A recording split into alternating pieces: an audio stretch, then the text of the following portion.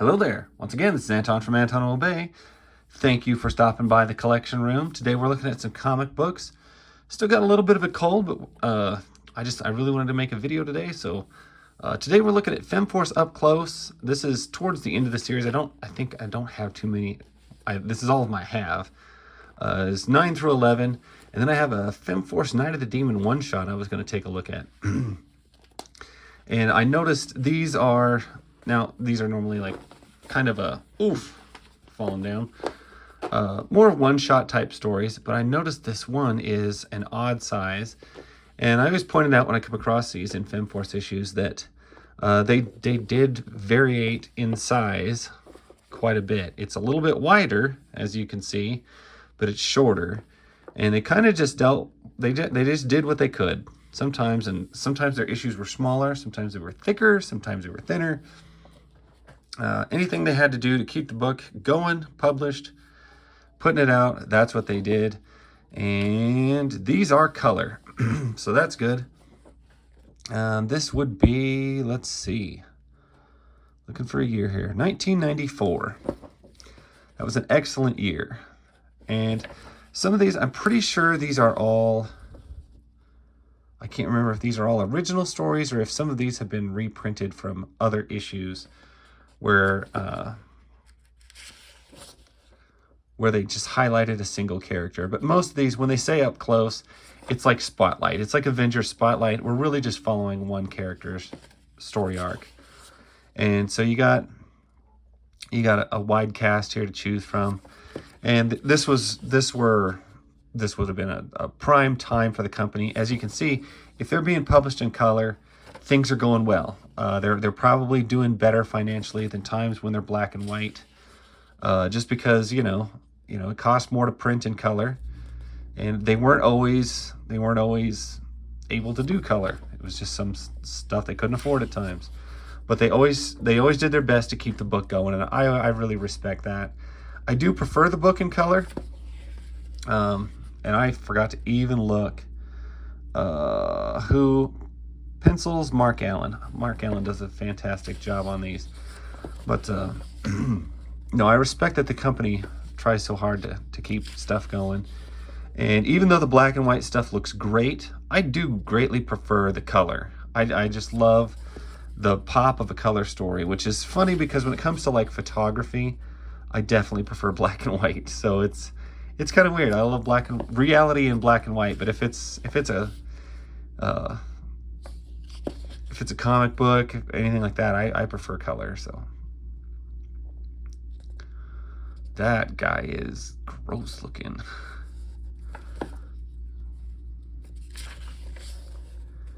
Wowza, that is nasty. Also, I don't know what's happening right here in this scene, but that is, I don't know. I don't know what to say to that. I'm loving the way these pages are broken up. I like the big black backgrounds on a lot of that. And you got a lot of black and pink splashed onto the page, so that's a great color combo, especially on a white trimmed page. Up Close Encounters of a Postal Kind. Great letter page name. So here's what was going on at the same time. This would have been Femforce 73 would have been going on at the same time, which is cool. Painted by Brad Gorby. Somebody was explaining, I actually think it was Brad Gorby was explaining these covers.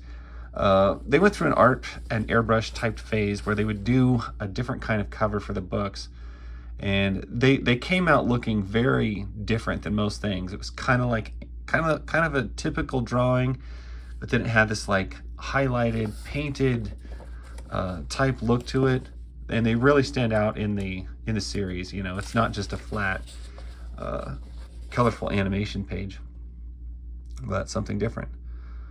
Sid of the Femforce pinup. That's some big hair going on with her right now. Rio Rita, AC Universe. We get a lot of Rio Rita short stories in the back. Irish Micala. Pretty sure she played, yeah, Sheena in the TV series. You'll Be All Wet. Black and white format. if you don't get your hands on Rio Rita trade paperback. Pardon me. But yeah, I love the fact they got some of the trades and stuff. Anyway, that's issue 9. Issue 10 is, of course, smaller. It's a little bit weirder just because it's so small. This issue will be starring Yankee Girl, who is not normally a member of the Femforce, and this is 1994 still, but we have been bumped from our color majesty, and we're back into black and white. And our criminals for this one, or the plot and pencils, were by Dave Roberts. Script was Mark Heike. Inks, Chris Allen. Edits were Bill Black, which of course he's the godfather of AC. Now, I do love black and white. I just don't love it as much as color. And these are very excellently done black and white pages. It also makes a big difference, I think, when your artist knows going in that it's going to be black and white, as opposed to, you know, the expectation that it's going to be color. I don't know. I think they can do a little bit more to bridge that gap if they know what they're dealing with. And there's been a few comics I've come across, maybe not Femforce, but other issues where I really think the artist envisioned it in color and kind of expected the colorist to fill in a lot of the gaps, and then they didn't. Or they would get really, really busy with something and make it really, really dense and everything like that. And then if you don't have a colorist to differentiate it, it just becomes muddy in the background. And I think maybe if they always knew that it was going to be, oh, when you're done with this, it's not going to be colored, or it's going to be black and white. I think the artist and definitely the inker will behave differently in how they render things, but that's been my assumption. I don't know if I'm 100% right, but I know, like, comic companies like Marvel, when you drew that, you know it was going to be handled a certain way once your art was done. And with a lot of the independent books, I don't think they did. I think they kind of planned on it being a certain way, but maybe it didn't always come out the way they wanted. That is a nice punch. I even saw this with, like, the later Ninja Turtle reprints. I have some by First Comics that took the original Ninja Turtle comics by Mirage Studios that were black and white and rendered them in color. And you could tell that the guys, when they drew it, they did not plan on that book being color. As opposed, you could tell once they colored it, they were not planning on it being color. And once they knew it was going to be color, they changed the way they drew stuff. I was just, you know, and some of these companies, they didn't know. I'm guessing they probably drew this thinking it was going to be color, and then it wasn't. Because AC was one of the comics that just went back and forth on that when they could. A lot of independent publishers did that way. Never sparing the savage beating. See, Femforce often uses their energy effects and different powers and stuff, but they also, most of the time, it comes down to just a flat-out, as JR would call it, a flat-out slobber knocker of beatdown. And there's just, they draw it so good in these books. I mean, a real dust-up. You don't see the beatdown like that in a lot of comics. You'll see power attacks or stuff like that, but not just a straight-up fist fight that ends it. What is this? Terra, Treasure, and Treachery? Story, art, and lettering by Brett Wessner. So it looks like he handled everything on this, but that is a weird style. I don't know, it almost looks like digitally rendered, or done on a computer, or done like it was planned on going in a newspaper. It just has a different look and feel to it. It does not feel like a normal comic. The way it's split up like that, it feels like a newsprint type thing. It's not bad, I ain't hating it, but man, it does look vastly different than your average comic style panel.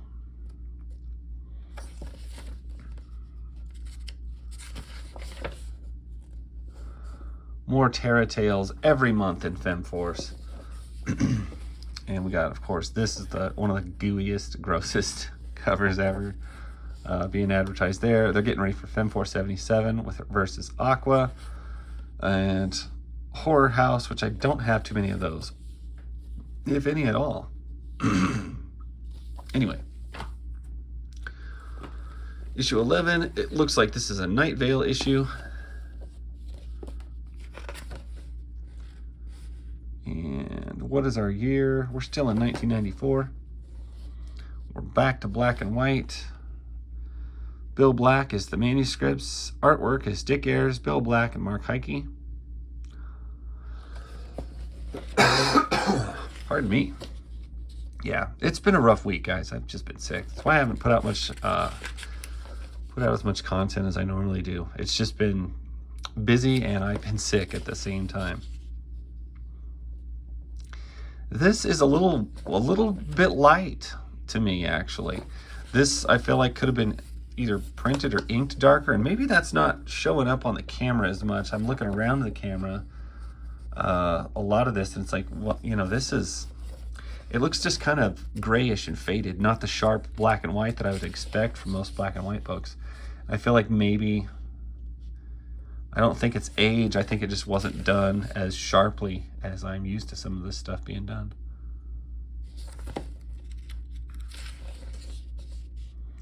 Blame the inker. You can always just blame the inker.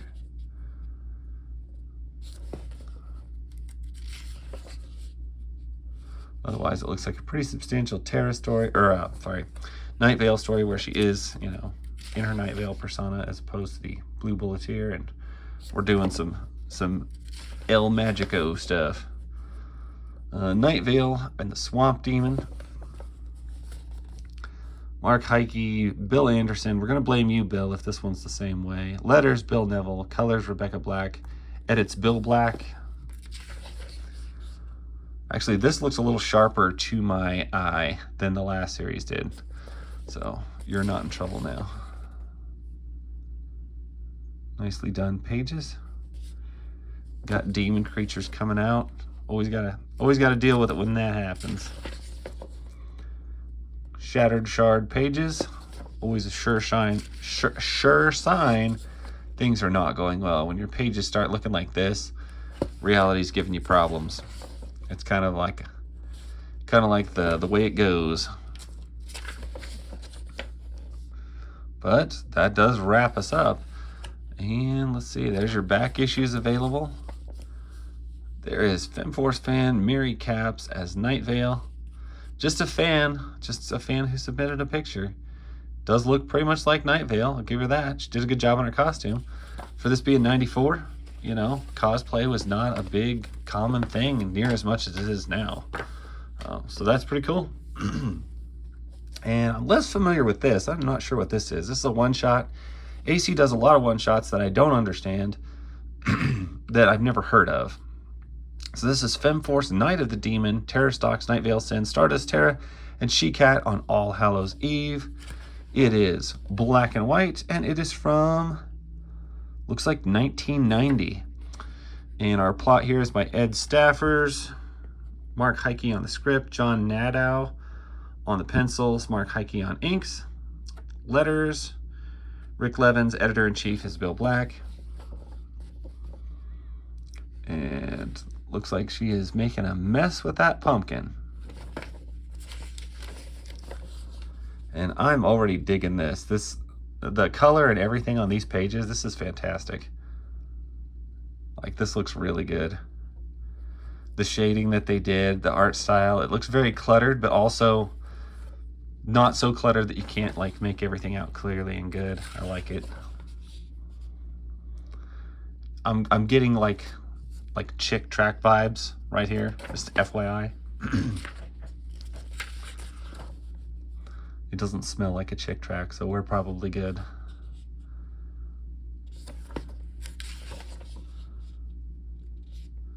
But definitely all sorts of things are going on afoot. Stinking murderers.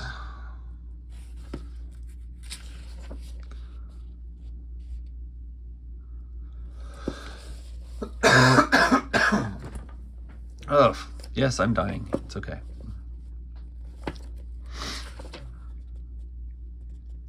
I'm liking the panels. We're not overburdened with dialogue. We got lots happening.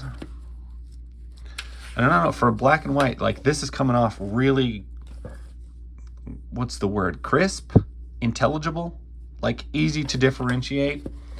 And I, you know, you can give some of that to the artist.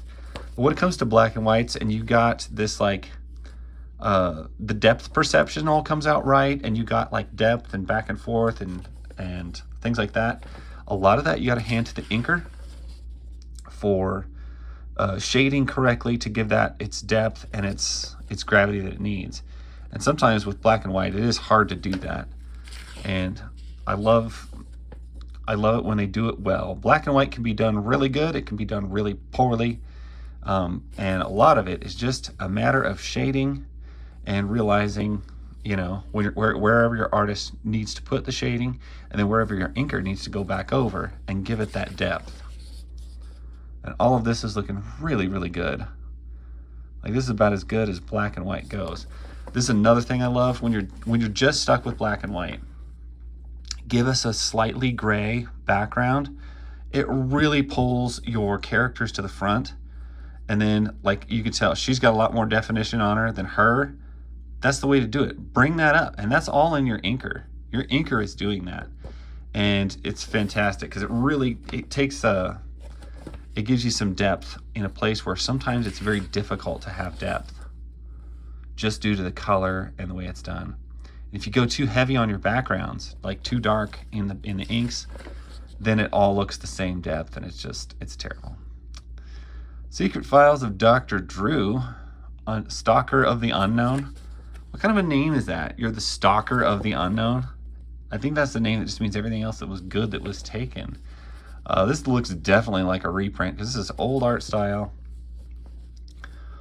He looks like he's got like, it's like the nuclear dad version of Doctor Strange. They did pretty good on their black and white. You can tell when an artist has been working in that medium longer than others. They did a very good job with it.